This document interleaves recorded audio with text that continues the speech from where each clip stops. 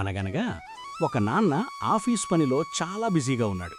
తన 5 ఏళ్ల కొడుకు పదే పదే వచ్చి ఆడుకుందామని విసిగిస్తున్నాడు. అప్పుడు నాన్నకి ఒక ఉపాయం తట్టింది. పక్కనే ఉన్న ఒక మ్యాగజైన్లోని వరల్డ్ మ్యాప్ పేజీని చింపి దానిని చిన్న చిన్న ముక్కలుగా చేసి కొడుక్కిచ్చాడు. నాన్నా, ఈ ముక్కలన్నింటినీ కలిపి మళ్లీ ప్రపంచపటం తయారు చెయ్యి. నువ్వది పూర్తి చేసేసరికి నేను నీతో ఆడుకుంటాను అన్నాడు. ఆ పని పూర్తి చేయడానికి కనీసం గంట పడుతుందని నాన్ననుకున్నాడు. కాని 5 నిమిషాలకే అబ్బాయి పరిగెత్తుకుంటూ వచ్చి, నాన్నా, పూర్తి చేసేశాను చూడు అన్నాడు. నాన్న ఆశ్చర్యపోయాడు.